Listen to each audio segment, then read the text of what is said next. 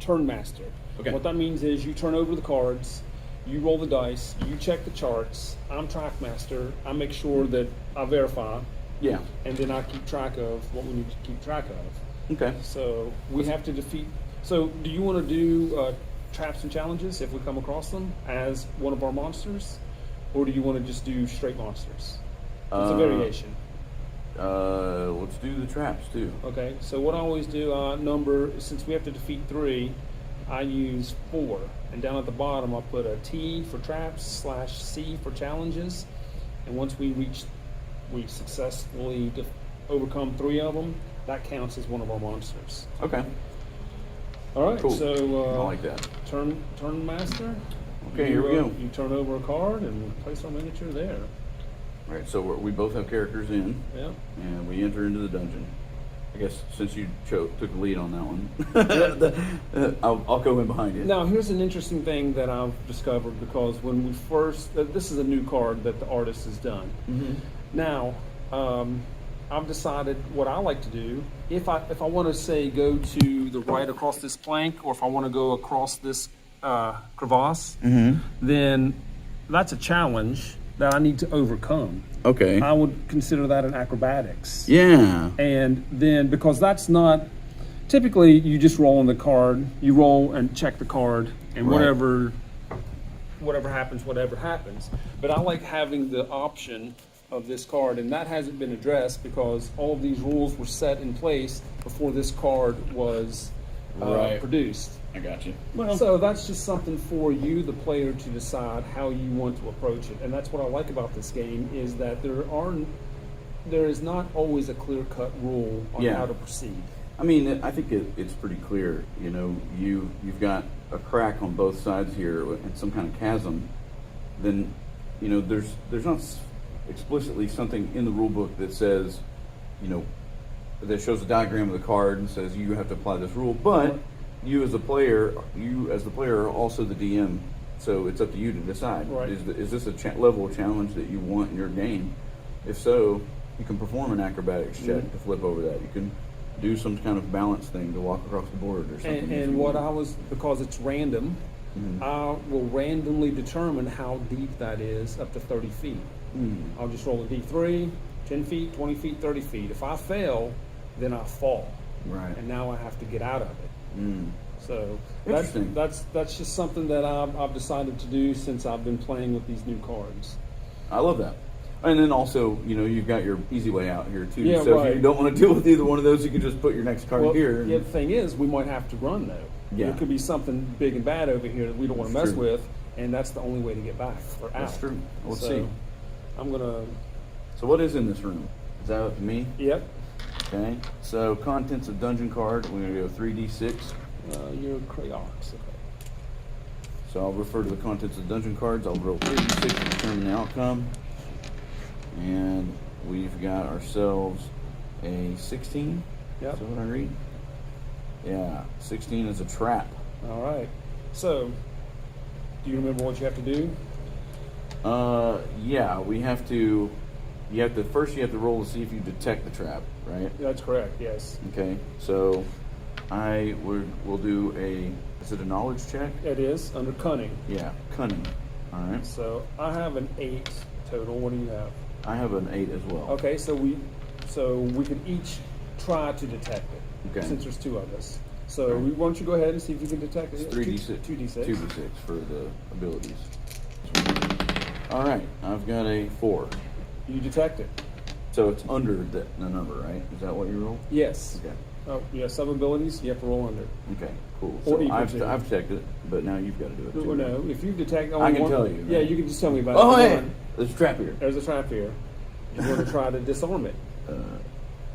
That's an acrobatics. I actually got a 10. I have a 5. So let me try to. I'm going to try to disarm this trap. Yeah, I'm not so good at it. Now here's an option. If you want to first roll to see what the trap is, Okay. and then see what you're dealing with. Okay. You can always do that, but I always So you have all this traps and tricks card to tell you that. right.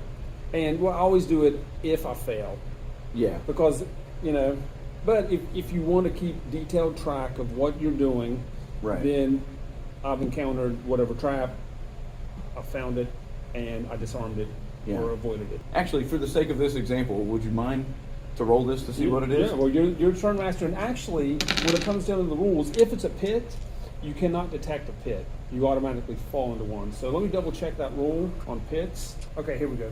Pit. You do not automatically fall into a pit when encountered as a challenge. You do so, however, when encountered as a trap. So Okay. I knew that rule was in there. I knew there was something.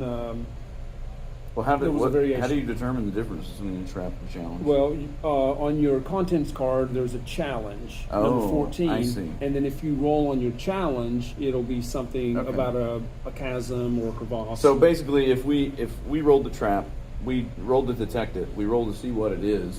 That's We what have to do that. We should do that, Then right? do that first. Roll to see what it is first, and then And then if it's a pit, And we then if it's a automatically pit, fall in. yeah. There's no disarming or Okay. detecting a pit. Okay. So yeah, so It- my it statement worked out this earlier, time. It did work out. we'll see what we got. We got 15. 15 this time. It's a spear trap. Okay, so I need to roll a 10 or less. If so, that is against my acrobatics. If I roll 10 or less, I disarm this trap. If not, it goes off. And the way that I'd rule it, since I'm the one messing around with it, it would get me. Or we could randomly roll, because it's a random game, Right. who gets hit. Nice. But hopefully I like the idea of you getting hit. You're the Yeah. one in the front. So disarm 10 or less. 8, disarm the trap. I'm going to count that as overcoming one trap. Nice job, Graylin. I was sweating on that one. Yeah, so we made it. All right, I turn thought you were master. going to walk right into it. Good thing you saw it. Yeah, right. Okay, so now we got the trap, right? So the room is clear, It is. and we need to decide which way we're going to go. And so since there's chasms dropped on both sides, I think maybe we just try to walk straight through the Yeah, one. let's go easy. Let's just walk straight through. And that's the great thing about these cards, is that they're modular, and you can turn them any way you want. If we don't like the way that looks, then perhaps we want it to look this way instead. Yeah, But cool. you're turn master, so that's the way I put it. that's the way you put it. All right, so So we're we going move to in, yep. move into the next room. Track master moves us in, and we explore what's in there. All right, let's see what's in the contents. 9. All right, Yep. and so that means we've got open treasure. Hey, well, I can't beat that. So I'm down for it. So turn to the treasure card, roll Okay. 3d6, and that's what we get. All right. We got 9 here. 2d6 GP times 10. Okay, so roll 2d6, multiply by 10, and that's no, you roll 2. It's just one pile. Oh, I got you. So I'll put Gotcha. treasure. So over here. 2d6. There we go. 50 GP. All right. Do you want to split that up now, or just We'll put split it up. Okay, We each get 25. 25 each. Okay. So this room is kind of an open, cavernous looking space here, and it's kind of cool that it worked out that this room ended up having treasure in it. So Granlund Bach would recognize this is probably some sort of summoning circle. That might be Yes. some sort of wizard circle that's in place there. And there's also these 2 panels on the outside. These boards, I guess they go up. Yeah, some details there. That's a nice book on the table, and Mm-hmm. so And any of these things, you can let your imagination dictate how you interact with them, right? Like, right. if you wanted to, especially in this type of environment, if wanted to go rogue, and let me ask you this, because it may not be, but what if I said, like, I wanted there to be a trap in this book? I would rule against that, and what I would do is random. If you wanted something like that, then I would say let's roll randomly. And see Either what odd it yes, is. even yes, odd no, and then that's going to extend the game in Sure, time. I sure. don't have the right words there, but Well, just I guess my point is that you can sort of use this system as a campaign Yes. manager a little bit if one were so inclined. you're right. I mean, you can at least use it for inspiration and say, like, For sure. We've already got characters, we've already got players in the dungeon. Mm-hmm. Why not explore with it? Yeah, right. And so that's another great thing, which kind of reiterates what I said. There may not be a clear-cut rule on what to do. It's up to you and your imagination. And as long as you're fair and consistent, let the dice do the deciding. Yeah, right? I like it. And that's the spirit of the game that I want to embrace. Right. I like it. It's random, and sometimes you win, sometimes you lose. So you lose a lot in this game. Right. Well, we've cleared 2 rooms though, right? Right. So we're ready for another one. And 1 trap. All right. Now we got this hallway. Okay, we'll move in. Yeah. I'll let you go first. All right. Let's see what the contents are. All right, we got 11. So what it is? Yep. Monster. Uh-oh. So what the turn master does, he turns over the monster card, reads it aloud, especially the capabilities of the monster, and then I, as the track master, will start to keep track of the health. All right. We have walked into this room here and encountered a huge scorpion. Not very good. It has 23 health. Combat is 11. Yes, and that's its Evasion. dodge. Dexterity dodge. And that's resistance. It's 8, and its resistance is 11. Now, how many do we encounter?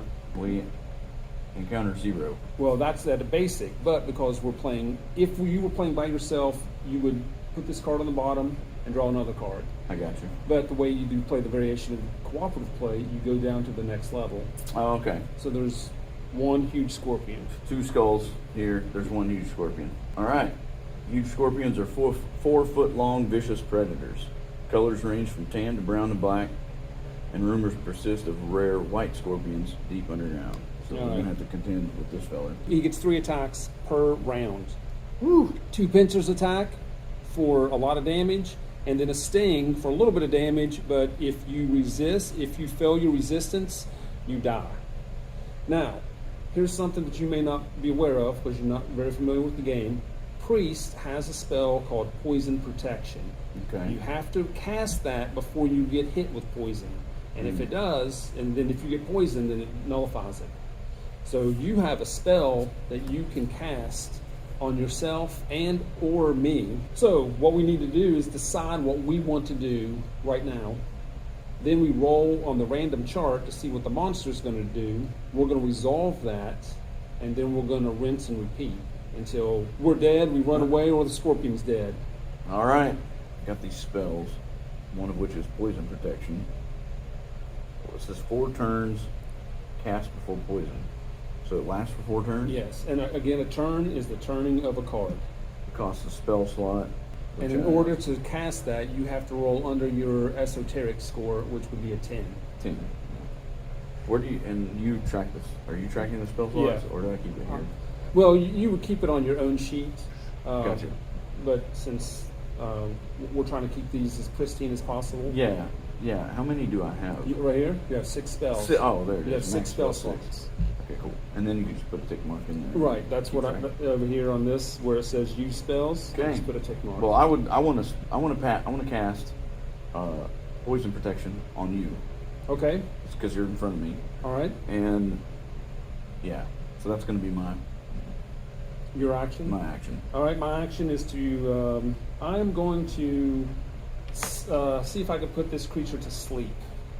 Okay. And it says, see rulebook. Sleep will affect D3 monsters for D3 plus 2 rounds and resist will negate the effect. During the sleep, the monsters can be killed at a rate of 1 per round as long as the PC is free to act. Now, this monster has a resistance of 11, so most likely sleep is not going to work. I'm going to change my action, and I am going to cast Lightning Bolt instead. Okay. Lightning Bolt, and now it costs me 2 spell slots. All right. And it affects 1 or 2 targets. You randomly roll to see how many. And there is a 2 in 6 chance that any creature that survives a lightning spell will be paralyzed for D3 rounds. Okay. So if they survive, then you have to see if they resist being paralyzed. Okay. So it's really 2 rolls against resistance. So I'm going to cast lightning. You're going to cast poison protection on me. Mm-hmm. And hopefully you don't get poisoned. What's the monster going to do? Okay, so Monster reaction, Yep. 3d6, 13. Take cover. +2 dodge this round and +1 range next. Okay, so the good thing is for us, huge scorpions do not have a ranged weapon. So next round, we just kind of have to, it won't use a ranged weapon. Okay. But this round, it's going to take cover, which is good for us. It will give us a chance to cast our spells. We roll initiative. Okay. I always use the red die for the monster and the white die for the PCs. Okay. And no, you just roll a roll, and high scorer goes first. Oh, okay. And so I'm just going to keep track of the initiative. PCs go first. So see if your poison protection works. So you need to cast, which means your esoteric score of 10 or less. And it's going to be successful. Yes. 9. All right, so I'm going to keep that as poison protection for me. Okay. And I'm going to cast Lightning Bolt, which is also a 10 on my esoteric score. No, I have an 11. My esoteric score is much higher, so I only fell on a 12. Success, a Lightning Bolt does 5d6 points of damage. Oh. Snap. So, big damage, Lightning Bolt. So you used one spell, Yep. and I used 2 spells. Yeah, I would normally mark it down here if I Yep. was using this sheet, but I'm keeping this one. All right, not very big, so let's go 7. Hold on, let's go 10. 16 points of damage. Oh man, that's still But healthy the- lick though. But the huge scorpion gets a chance to resist. Oh. So if he resists, it does half damage. Right. So 8 damage, it's going to take at least 8 damage. All right, 23, subtract 8, down to 15. Now it needs to resist. If it resists, it is not paralyzed. So, because that lightning shocked it Right. and survives the paralyzation. So now the scorpion takes cover. Right. That's what it's doing on its turn. Right. Okay. Now we rinse, repeat. We decide what we want to do. All right. Well, now that you're poison protected, Mm-hmm. I've got to decide whether I want to try and protect myself or whether I want to try and deal some damage to the scorpion. So I'm thinking Flame Strike for 2 spell slots. Okay, awesome. That's a good one. All right, Flame Strike for you. I'm going to move in. I don't have very good weapons that do a lot of damage. I'm going to Magic Missile. Magic Missile, All right. the old classic. Yeah. What's the scorpion going to do? Monster reaction is 11. it's 11 again. Defensive stance. +1 to dodge. Win initiative next. Okay, so if it wins initiative, it's going to add 1 to its dodge score. Okay. All right, which is really not going to help because we're casting spells at Yeah, it. it's already got +2 to its dodge anyway too from take cover, right? Well, that was last round. Oh, for Yeah, that so round. now we started a new now round. we started a new It round. has +1 range, but it's not using. Yeah, right. It doesn't have range. So roll for initiative. Who Okay. goes first? And I suppose, like, you know, if you're playing a 2-player game and one of you is particularly jonesing to roll the dice, I'm sure you could probably work it Well, out. we could. We could. Because I feel like I'm taking away some of the randomness from it. It's got my energy on it. You know? Well, here's what I'm. You roll for the charts, but I feel that if I'm doing something, I'll roll for my attacks. Yeah, and that right. sort of stuff. Yeah, I like that. And I like so, that too. all right. So you're casting Flame Strike. Go ahead. Here we go. Go ahead. See if you can successfully cast. You Oh, gotta, wait. You got to beat That's your 2 to be esoteric. esoteric. Yep. Here we go. Yes. All right. So that's 2 spells by Yep. Creox, and that's a Flame Strike is 5d6. Then they have to roll in reaction to fire. Oh, right. Interesting. So But he has a chance to resist it, right? yes, for half damage. But he still gets on fire though. Yeah. Well, he may. It depends what the reaction to the fire is. Most Okay. likely he's going to be on fire. Gotcha. 16, 17. Roll to see if he resists. If this is a 12 only, it's the only way that he doesn't resist it. Right. If it's So he's going boxcars. to take half of 17 most Right. likely. Unless I get boxcars. Right. We went to boxcars. Oh, man, close. that was really close. It was really freaking close. So half of Uh-huh. 17 is 9 because you always round up. Okay. So he takes 9 points of damage. He's down to 4. Okay. Yeah. Right here. Yeah. 1d6. 4 rolls on floor. PC gets a free attack. Okay, so the way, how would you rule this? I know what I would do. I would let you do your magic missile, and then if he's still standing after that, I would take another move. Probably. Yes. Yeah. Yes. That's exactly what I was thinking. Because it's sort of like in the same moment, Right. we're kind of both hitting it. You know? You did flame strike. I did magic missile, and then now that it's rolling around on the floor, you could move in and get a strike. Yeah. And then I could probably get a strike If in you as don't well. kill him here. If I don't kill him. So magic missile, I need to roll 11 or less. Success. 8 is a success. And for magic missile, it's random how many missiles hit. It's a D3, and they each do 3 points of damage. And there's no resist on that. So 2 missiles hit for 6 points of damage, knocking the scorpion down to -2. That scorpion is dead. Check mark. Victory for us.